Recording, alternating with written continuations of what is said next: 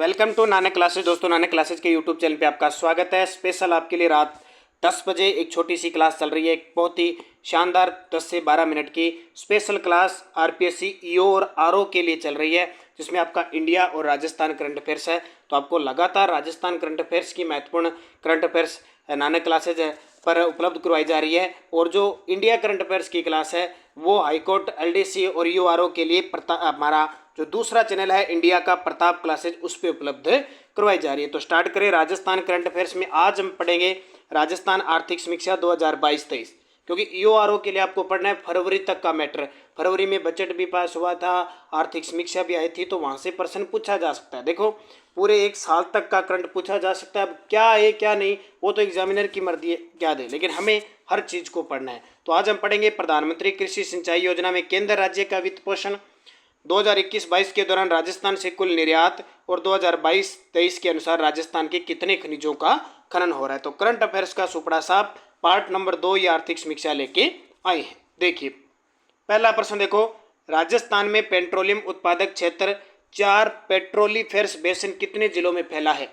कितने हैं? 4 है पेट्रोलीफेरस। जैसे हम पढ़ते हैं ना, ये बेसिन पढ़ते हैं, बाड़मेर सांचौर बेसिन है, जैसलमेर बेसिन है,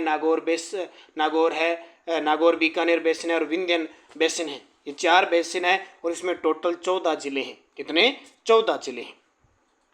राजस्थान भारत में कच्चे तेल का महत्वपूर्ण उत्पादक राज्य है, ये बिल्कुल सही है। राज्य में पेट्रोलियम उत्पादक क्षेत्र 4 पेट्रोलीफेरस बेसिन के अंतर्गत लगभग 1,50,000 वर्ग किलोमीटर 14 जिले क्षेत्र में फैला हुआ है। कितने जिलों में? 14 में। वित्तीय वर्ष 2022-23 और ये आंकड़ा दर्शाता है नवंबर 2022 के दौरान 3603.38 करोड़ का राजस्व अर्जित किया गया इस क्षेत्र में। राजस्थान सरकार 30 नवंबर 2022 को बाड़मेर बेसिन से तेल और गैस की खोज के लिए एक नया ब्लॉक गेल इंडिया लिमिटेड को स्वीकृत किया है, और जैसलमेर बेसिन से तेल और गैस उत्पादन के लिए एक नया ब्लॉक ऑयल इंडिया लिमिटेड को 8 सितंबर 2022 को MOP एंड NG द्वारा DSF तृतीय के तहत दिया गया है, और इन्हें स्वीकृति भी मिल गई है। तो ये भी याद रखना है, एक तो जैसलमेर बेसिन में तो नया ब्लॉक ऑयल इंडिया लिमिटेड को, और एक बाड़मेर बेसिन के अंदर एक नया ब्लॉक गेल इंडिया लिमिटेड को स्वीकृत किया गया। तो 14 जिले, 1,50,000 वर्ग किलोमीटर, 4 पेट्रो पेरीफेरस, ये सारी आंकड़ा है आर्थिक समीक्षा का। दूसरा देखो, अटल भूजल योजना राजस्थान के कितने जिलों में संचालित है? हर साल आर्थिक समीक्षा जारी होती है, उसमें ये योजना होती है, इसलिए हर बार पेपर में आती है। तो अटल भूजल योजना राजस्थान के कितने जिलों में संचालित है? 17। कितने? 17 जिलों में। देखो, भारत सरकार और विश्व बैंक के बीच 50-50 साझेदारी है, 50-50% की साझेदारी है भारत और विश्व बैंक के बीच। यह देश के 7 राज्यों के 78 जिलों को शामिल है, 7 राज्यों के 78 जिले, और इसका शुभारंभ 1 अप्रैल 2020 को हुआ था। 1 अप्रैल 2020 को। प्रथम चरण में 6,000 करोड़ रुपए में से राजस्थान को 1189.65 करोड़ रुपए मिलेंगे, यानी टोटल 6,000 करोड़ होगा, उसमें से राजस्थान को लगभग 1190 करोड़ रुपए मिलेंगे। 5 वर्ष की अवधि रहेगी इसकी, 2020-21 से लेकर 24-25 तक इसकी अवधि है। ये अवधि पेपर में पूछी जाती है। राजस्थान के 17 जिलों की 38 पंचायत समितियों के 1139 ग्राम पंचायतों को चयनित किया गया। और 7 राज्य कौन कौन से हैं? राजस्थान, मध्य प्रदेश, उत्तर प्रदेश, महाराष्ट्र, गुजरात, कर्नाटक, हरियाणा शामिल है। तीसरा प्रश्न, प्रधानमंत्री कृषि सिंचाई योजना में केंद्र और राज्य का वित्त पोषण। और मैं आपको बता देता हूँ, इसकी अगर इंडिया की, इंटरनेशनल और राजस्थान की ईओआरओ के लिए स्पेशल आपको टेस्ट सीरीज लेनी है करंट की, तो हमारा जो प्रताप क्लासेज ऐप है, उस प्रताप क्लासेज में जाके महज 50 रुपये में आपको टेस्ट सीरीज का सुपड़ा साफ करंट का मिल रही है। लगातार उसमें टेस्ट सीरीज डाली है। प्रधानमंत्री कृषि सिंचाई योजना में केंद्र और राज्य सरकार का वित्त पोषण 60-40 है। कितना? 60-40। तो प्रधानमंत्री कृषि सिंचाई योजना सूक्ष्म सिंचाई की ड्रिप और फुहारा तकनीक तक पहुंच सुनिश्चित करने वाली यह योजना है, जो कि कुशल जल प्रबंधन की पद्धति है। इस योजना के अंतर्गत केंद्र और राज्य का वित्त पोषण 60-40 है। केंद्र और राज्य का वित्त पोषण कितना है? 60-40। योजना का नाम क्या है? प्रधानमंत्री कृषि सिंचाई योजना। अगला प्रश्न देखो, ये मैं आर्थिक समीक्षा की ही टॉपिक करवा रहा हूँ। राजस्थान आर्थिक समीक्षा 2022-23, वर्ष 2021-22 के दौरान राजस्थान से कुल कितना निर्यात किया गया? राजस्थान से कुल कितना निर्यात किया गया? 71,999.72 करोड़। जो पहले 52,000 कुछ था ना, अब हो गया 71,999.72 72 करोड़। अब पूरी डिटेल देख लो, यहाँ से प्रश्न आता ही आता है पक्का। 2021-22 में राजस्थान का कुल निर्यात बढ़कर 71,999 करोड़ हो गया। विभिन्न क्षेत्रों में योगदान देखो, 5 वस्तुएं तो राजस्थान ऐसी निर्यात होती है जो 50% योगदान देती है। जैसे अभियांत्रिकी 16.62% योगदान है। 2 नंबर पे आती है हस्तशिल्प, वैसे 2 नंबर पे आती है आपकी कपड़ा। पहले देखो हस्तशिल्प पर ये थे, अब थोड़ा चेंजिंग हुआ है। अभियांत्रिकी 16.62 1 नंबर पे, कपड़ा है 12.82 2 नंबर पे, 3 नंबर पे आएगा आपका धातु 11.44, 4 पे आएगा हस्तशिल्प 10.88 और 5 पे आएगा रसायन व संबंधित 9.72।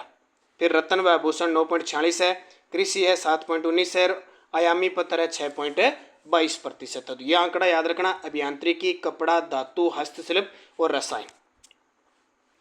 नीति आयोग द्वारा जारी निर्यात तैयारी सूचकांक 2021 के अनुसार राजस्थान में देश में कौन सी रैंक हासिल की है?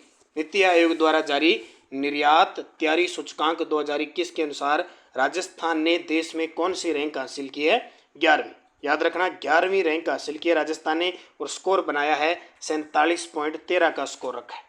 जबकि 6वीं रैंक हासिल करते हुए जो निर्यात प्रदर्शन स्तंभ है ना, उसका स्कोर दर्ज किया है 40.23। आपसे पूछे निर्यात प्रदर्शन स्तंभ का स्कोर के मामले में 6ठे स्थान पे है, जबकि तैयारी सूचकांक के मामले में 11वें स्थान पे। राज्य में 1 जून से 30 सितंबर 2022 की अवधि में वास्तविक वर्षा सामान्य वर्षा से कितने प्रतिशत अधिक रही? और ये प्रश्न में आज सुबह करंट की क्लास जो अपनी फिक्स होती है उसमें करवाया था। 37.93% की वृद्धि हुई। देखो हर साल आर्थिक समीक्षा आती है तो हर साल बारिश होती है वर्षा ऋतु के अंदर, आपका जून से लेकर सितंबर तक। तो उसमें कितनी बारिश होती है? एक तो सामान्य बारिश होती है, एक वास्तविक बारिश होती है। एक सामान्य बारिश, एक वास्तविक बारिश, तो उसमें अंतर कितना होता है? जैसे 1 जून से 30 सितंबर 2022 वास्तविक वर्षा हुई 594.20 मिलीमीटर, सामान्य वर्षा हुई 430.80 मिलीमीटर। तो दोनों में अंतर आएगा, यानी वास्तविक वर्षा सामान्य वर्षा से 37.93% अधिक रही। 7 नंबर प्रश्न देखो, बहुत इंपॉर्टेंट है। वर्ष 2002-03 से 2006-07 की औसत उत्पादकता की तुलना में वर्ष 2021-22 में फसल उत्पादकता में प्रतिशत वृद्धि के बारे में असत्य बताइए। तो कपास में 95.10% की वृद्धि हुई, कब से कब तक लेकर 2003-06 से 2006-07 की तुलना में 21-22 में। तिलहन में 36.65, अनाज में 62.21, दालों में 34.30। ये गलत है, ठीक है, क्योंकि पिछला आपने वीडियो मेंस जिसने दिया होगा या पेपर देखा होगा उसमें प्रश्न पूछा था कि सन 2002-03 से लेकर 2015 तक राजस्थान में किस फसल में उत्पादकता में सबसे ज़्यादा वृद्धि दिखाई गई? सरसों और तोरी। तो उस प्रकार इसमें सबसे ज़्यादा वृद्धि अब कपास में दिखाई गई है। देखो कि कपास में 95.10, तिलहन में 36.65, अनाज में 62 और दालों में 54.31। राजस्थान जल क्षेत्र राजीविका सुधार परियोजना किसके सहयोग से संचालित है? तो राजस्थान जल क्षेत्र राजीविका सुधार परियोजना है वो जापान के सहयोग से संचालित है। देखो यह परियोजना 27 जिलों में, कितने? राजस्थान के 27 जिलों में 137 सिंचाई परियोजनाओं के पुनर्वास और नवीनीकरण के लिए Japan international corporation agency Zika के ऋण के सहयोग से स्वीकृत की गई है। इससे 4.70 लाख हेक्टेयर सिंचित क्षेत्र के किसान लाभान्वित होंगे और परियोजना की जो अनुमानित लागत होगी वो 2348.87 करोड़ होगी। तो ये याद रखना, राजस्थान जल क्षेत्र जो योजना है, राजस्थान वाटर वाली जो सप्लाई वाली है वो योजना है, तो इसको अच्छे तरीके से आपको याद रखना है। राजस्थान आर्थिक समीक्षा 2022-23 के अनुसार राजस्थान में उत्पादित खनिजों की संख्या के बारे में असत्य बताओ। खनिजों की संख्या में, ठीक है, यहाँ पे आजीविका है, शायद राजीविका नहीं लिखा, ये आजीविका, ठीक है, राजस्थान जल क्षेत्र आजीविका सुधार परियोजना। अब देखो ये इंपॉर्टेंट बहुत है, राजस्थान आर्थिक समीक्षा 2022-23 के अनुसार राजस्थान में उत्पादित खनिजों की संख्या के बारे में। देखो धात्विक खनिजों की संख्या 17, अधात्विक 39, ईंधन 7 नहीं है 4 है, असत्य हो गया। गौण खनिज है 22। ये नोट करना, खनिजों से प्रश्न ताजा करंट का आता है। देखो राजस्थान आर्थिक समीक्षा, धात्विक खनिज है 17 और राजस्थान एकमात्र उत्पादक राज्य है सीसा और जस्ता का खास करके, और अग्रणी उत्पादक किसका है? चांदी का। अधात्विक खनिज है 39, एकमात्र उत्पादक है सेलेनाइट और वोल्स्टोनाइट का। यह आर्थिक समीक्षा 2022-23 दर्शा रही है। अग्रणी उत्पादक है सीमेंट ग्रेड और स्टील ग्रेड लाइमस्टोन। ईंधन खनिज 4 ही है और कच्चे तेल का दूसरा सबसे बड़ा उत्पादक राज्य है अपना राजस्थान। राजस्थान में लगभग 22% पूरे देश का उत्पादित होता है, सबसे ज़्यादा बॉम्बे हाई का। गौण खनिज 22 है, गौण खनिज कितने हैं? 22। अग्रणी उत्पादक है मार्बल, ग्रेनाइट और सैंडस्टोन। तो इसको अच्छे तरीके से याद रखना। फिर वित्तीय वर्ष 2022-23 दिसंबर 2022 तक रिको द्वारा राज्य में कितने औद्योगिक क्षेत्रों का विकास हुआ है? रिको द्वारा राज्य में कितने औद्योगिक क्षेत्रों का विकास हुआ है? 8। नोट कर लेना, सीधा सीधा आएगा। राज्य में 8 नए औद्योगिक क्षेत्र का विकास किया है। इस दौरान 2212.04 एकड़ भूमि का अधिग्रहण किया है। ये औद्योगिक क्षेत्र वाले तो आपको अच्छे तरीके से याद रखने। रिको की स्थापना पहले 1969 में हुई थी खनिज विकास निगम लिमिटेड के साथ। जैसे ये स्वतंत्र हुआ 1980 में ये रिको स्वतंत्र रूप से आ गया। फिर देखो आर्थिक समीक्षा 2022-23 के अनुसार राजस्थान में कितने खनिजों का खनन किया जा रहा है? कितने खनिजों का खनन किया जा रहा है? तो 58 खनिजों का खनन किया जा रहा है कितने प्रकार के? 81 प्रकार के। खनन कितने का हो रहा है? 58 प्रकार की। ये याद रखना, 58 प्रकार की।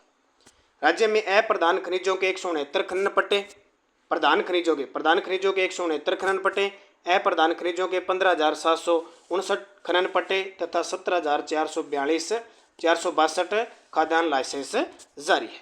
तो ये आर्थिक समीक्षा के मैंने और प्रश्न 11 प्रश्न और दे दिए। उस दिन मैंने 15-16 फर्स्ट पार्ट में दिए थे, क्योंकि आर्थिक समीक्षा एक साथ याद नहीं होती है। और 15 और 11 कितने हो गए? 26 प्रश्न हो गए। बस ये इतने याद हो गए तो आर्थिक समीक्षा बस यहीं से आती है। और भी कुछ रह गए मुख्य में, हालांकि वो योजना से संबंधित ऑटोमेटिक हो जाते हैं, वो भी मैं आपको कराऊंगा। लेकिन फिर भी इनको पढ़ते जाना अच्छे तरीके से। और यूआरओ के लिए टेस्ट सीरीज है वो जरूर लेना। बाकी सेकंड ग्रेड का कोई विद्यार्थी है उसके लिए टेस्ट सीरीज शुरू हो चुकी है।